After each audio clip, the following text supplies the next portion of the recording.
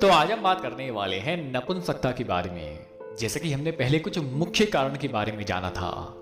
7 तरह से व्यक्ति नपुंसक हो सकता है। सबसे पहला कि वह मन से ही नपुंसक है, यानी कि उसको मानसिक नपुंसकता है। भले ही वह व्यक्ति वीरवान हो, लेकिन मन में उसने यह ठान लिया है कि वह नपुंसक है। तो इस तरह की नपुंसकता होती है मानसिक नपुंसकता। एक होती है पित्तज, यानी कि शरीर में ज्यादा गर्मी बढ़ जाने से। एक होती है अधिक मैथुन करने से, ज्यादा वीर नाश करने से। और होती है पहले कोई ऐसा रोग हो गया था, कोई ऐसी बीमारी थी, उस बीमारी के कारण हो गई है नपुंसकता। और जाने तो जिस व्यक्ति ने नसबंदी करा ली है, तो ये भी एक तरह की नपुंसकता होती है। और जाने तो जो बलवान व्यक्ति, यानी कि हष्ट पुष्ट व्यक्ति, अगर वह लंबे समय तक अपनी काम वासना को रोकता है, वह संभोग नहीं करता, काम वासना को दबाता है, तो इस तरह के कारण से भी व्यक्ति को नपुंसकता हो सकती है। और आखिरी तरह की नपुंसकता होती है जन्मजात, यानी कि वह जन्म से ही नपुंसक है। तो आज हम बात करने वाले हैं शुरुआत के 2, यानी कि मानसिक नपुंसकता और पित्तज नपुंसकता। सबसे पहली जो नपुंसकता होती है वह होती है मानसिक। हालांकि इस तरह के व्यक्ति नपुंसक नहीं होते, लेकिन वह मन ही मन यह ठान लेते हैं कि वह नपुंसक हैं। तो ऐसी नपुंसकता के लिए कोई ऐसी हाई फाई या रॉकेट साइंस वाली चिकित्सा नहीं है।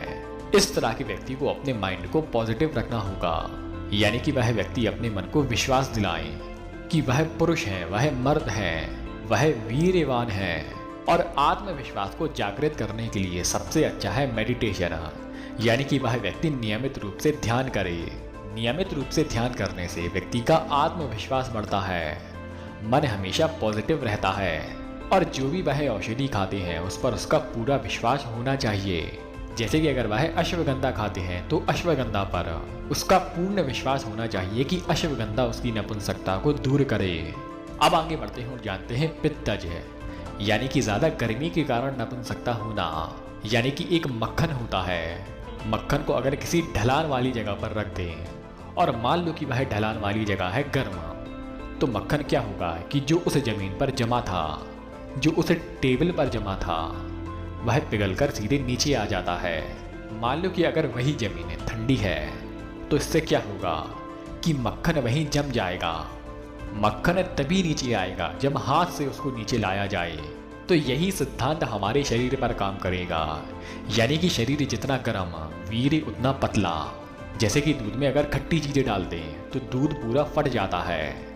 ठीक इसी तरह से हमारे शरीर में अगर गर्मी बढ़ जाती है, यानी कि जो व्यक्ति खट्टी चीजें ज़्यादा खाते हैं, मिर्ची ज़्यादा खाते हैं, नमकीनी चीज़ें ज़्यादा खाते हैं, तो उनका वीर्य पतला हो जाता है। और इसका कारण ये होगा कि उनको शीघ्र पतन की समस्या हो जाएगी। ऐसे में इस तरह के व्यक्ति को ठंडी चीज़ों का सेवन करना चाहिए, जैसे कि घी, जैसे कि डेयरी प्रोडक्ट। उनको चिकनी चीज़ों का सेवन करना चाहिए जो कि वीर्य को बढ़ाए। उनको ऐसी चीज़ों का सेवन करना चाहिए जो कि पित्त को कम करे।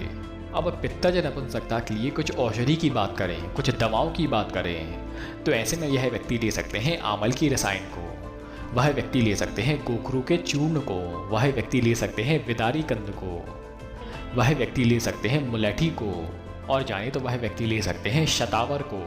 तो ये कुछ ऐसी तासीर में ठंडी और वीर्यवर्धक औषधि होती है जो कि पित्त को कम करने के साथ वीर्य को बढ़ाती हैं। 2 और चीज़ हैं जो कि आंवला का मुरब्बा और बादाम पाक। इन दोनों को खाने से भी वीर्य गाढ़ा होता है और इसके साथ साथ गर्मी कम होती है। तो दोस्तों, आशा करता हूँ कि आपको यह वीडियो पसंद आई होगी। आपने वीडियो यहाँ तक देखी, आपका बहुत बहुत आभार, धन्यवाद।